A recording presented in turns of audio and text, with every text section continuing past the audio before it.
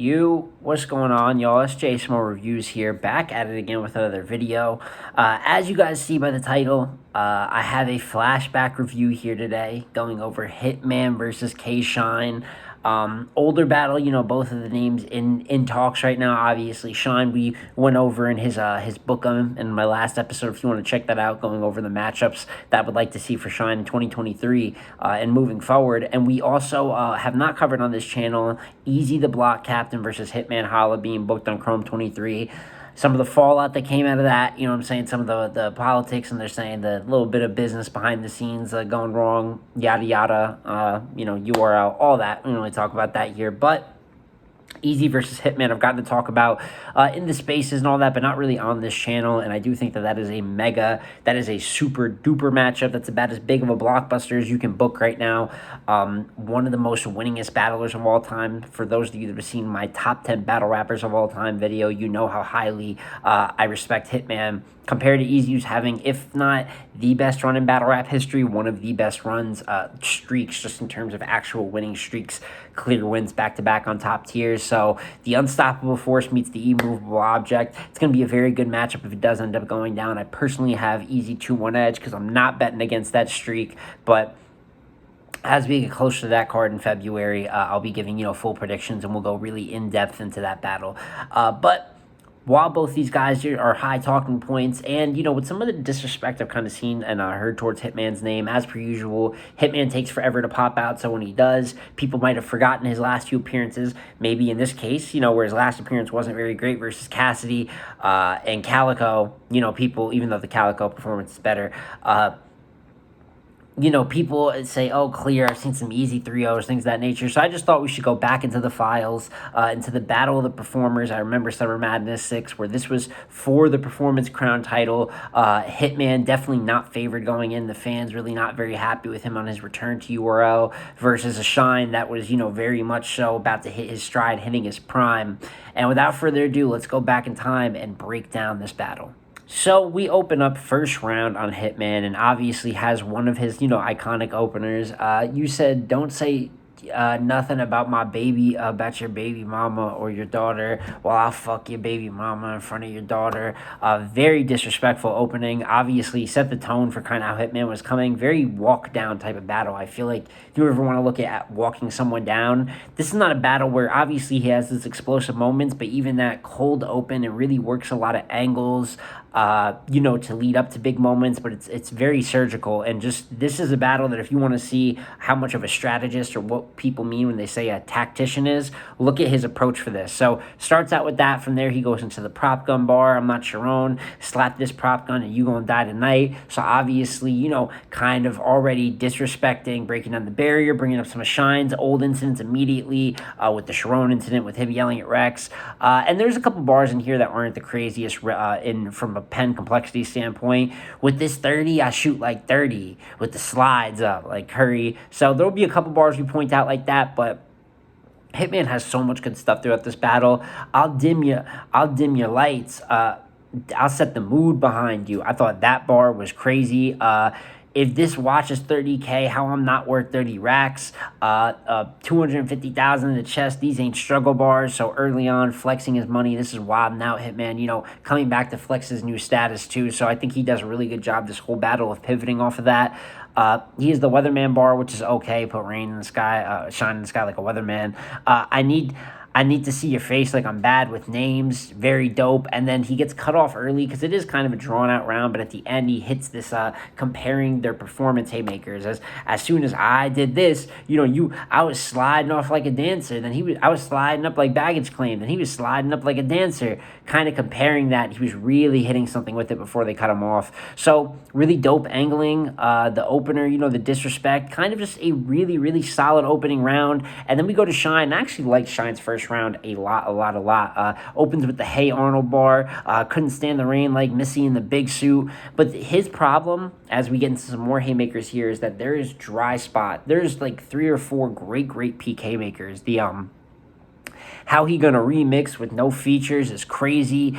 The doctor's trying to keep the brothers woke like an activist. those are two of the best bars that battle on either side, but there's so much dry spots in between, so much dry space in between, kind of just like regular flows of rapping, but not really landing anything. And some bad bars, truly. Depressed Charlie, the clip's blue. Depressed Charlie, the clip's blue. So it's little stuff like that on the in-between lines that I think hurt him here and created dry spots, because at those peak lines, Hitman doesn't have really lines in this battle as well written as The Brothers Woke Like an Activist, the remix with no features. But if you don't have the in-between punches to connect it, it is an up and down round, and a lot of people are going to take that consistent round over. So I gave Hitman the first round comfy. I don't think it's the clearest. He just demolished him. I think Shine had a very, very comparable and good first. I think it's close, depending on how much you value the pen. But for me, as much as I value those peak haymakers, I also have a pet peeve for really bad dry spots. So due to that in-round consistency, I had Hitman up 1-0.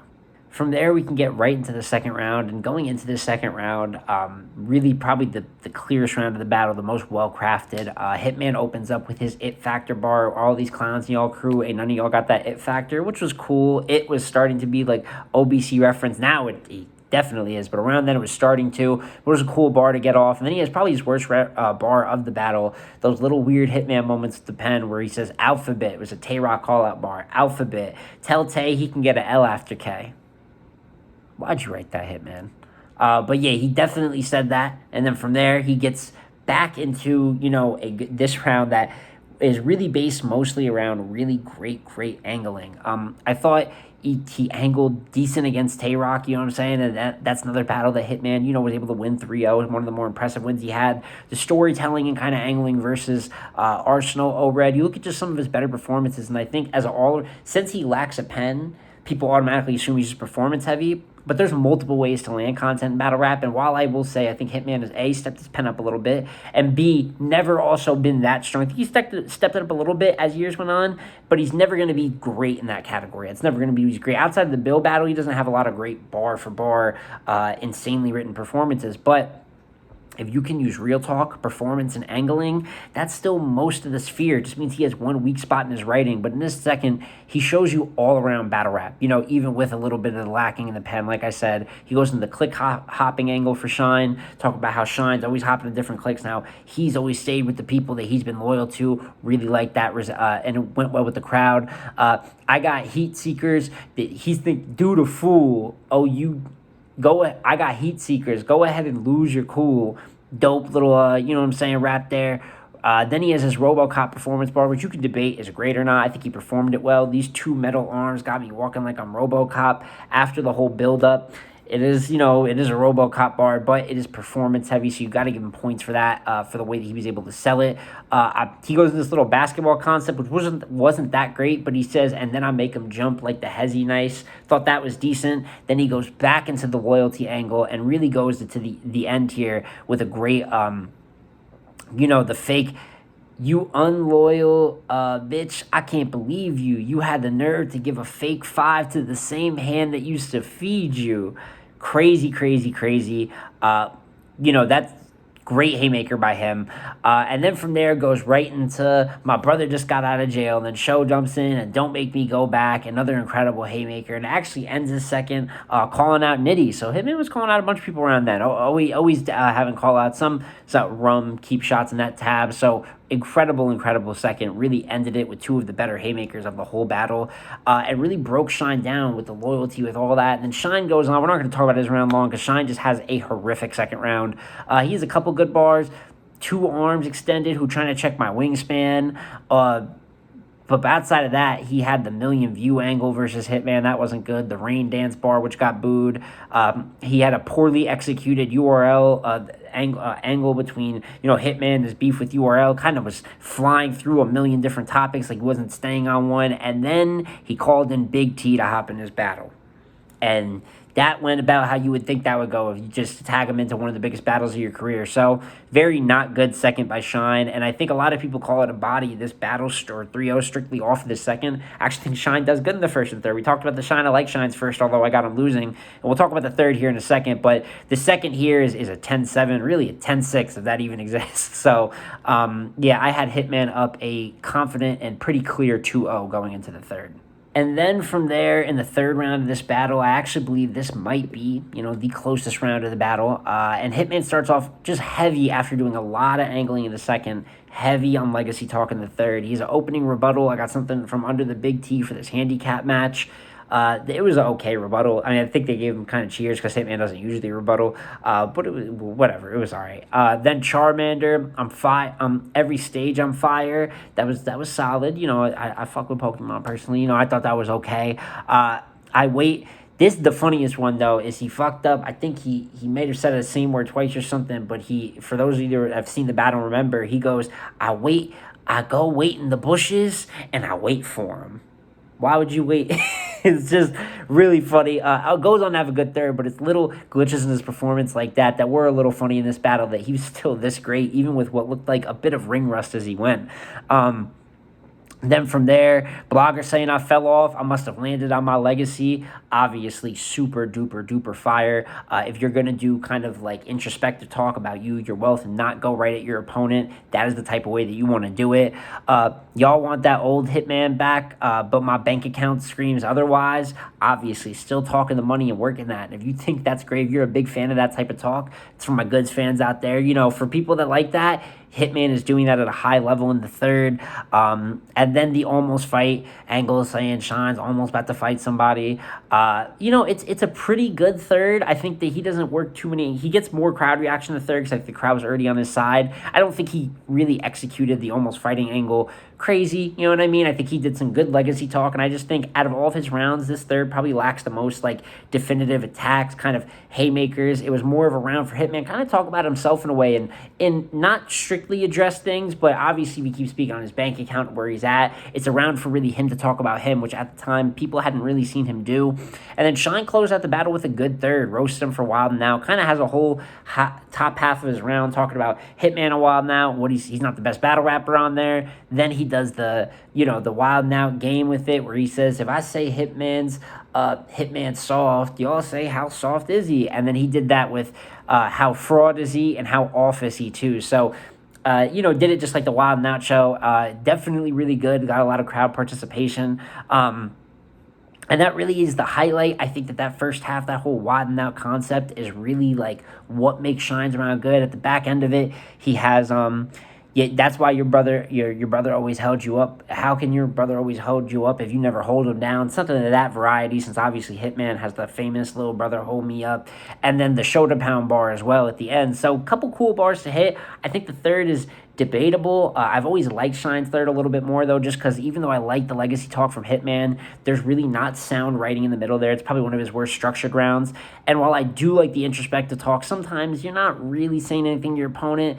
Kind of a critique people have had with that style, that kind of goods raps. It's very tossed up. You could definitely give Hitman the third. Me personally, though, I do edge Shine the third round of this battle. I just think he did a little bit more. It was a little bit more sound and fluid, while Hitman has a longer round that's a little bit more clunky in my opinion. So I actually have Hitman winning this battle. 2-1 personally clear, but you definitely could argue that Hitman won this battle 3-0. And with that being said, guys, that is my flashback review of Hitman Holla versus KShine from Summer Madness 6.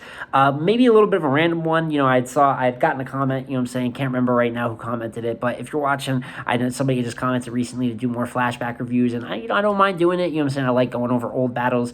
And if, guys, please let me know down below in the comments, because with this series, I do it so rarely because I kind of have a hard time picking, like, what battles do I want to go over? So if there's any battles, specifically older battles, do you guys want to see me go down? Some of your more favorite debatable battles of all time. It could be anything, big battles, little battles, whatever. Let me know down in the comments below, and there's a good chance that for one of the next episodes, I'll pick one of them, and do a review on that. But, outside of that, just good old-fashioned break down a battle, break down some of the bars, and, maybe talk and talk about what it did for them, because obviously for Hitman, this was a humongous comeback, coming back to Battle Rap Battle, where a lot of people doubted him, clearly, beat a KShine on Summer Madness. Then, obviously, when he went on to Cleared Rock, it just shows that Hitman is really one of those guys, kind of cemented him as a god tier to come back to that level of competition and show clear levels. And I think that, plus the way he's branded himself, the decisions he made outside of Battle Rap, but still being within Battle Rap and battling, fairly year to year, might skip a year here and there. He moves like a god tier, and that's why Hitman Holla to me is one of the freshly graduated, and for this era, for what will go on, will be one of those god tier plates that people battle their whole career working up to. So, that goes to show, man, easy getting him. Really hope that battle's great, because I think Hitman does good by the culture when he's a god tier. For the most part, he shows out well in the matches that matter. Obviously, little slip had him losing pretty clear versus Cal, even though he was decent. The Cassidy battle just isn't good, but I don't know why we're booking people versus Cassidy. I could talk about that for hours, so don't even want to get into it. But overall, Hitman beating KShine, great for him. And just one of the better showings of his career. And if this type of Hitman comes to battle Easy, we could see Easy's first clear loss, you know what I'm saying, in terms of, lost to Fonz, but his first clear loss in terms of actually the fans all agreeing outside of a judge vote. Might have lost that battle. So it's been J Small Reviews again, y'all. You know what I'm saying? Like I said, like, comment, subscribe. Let me know what flashback reviews you want me to do. I'm going to catch you on the next one. Peace.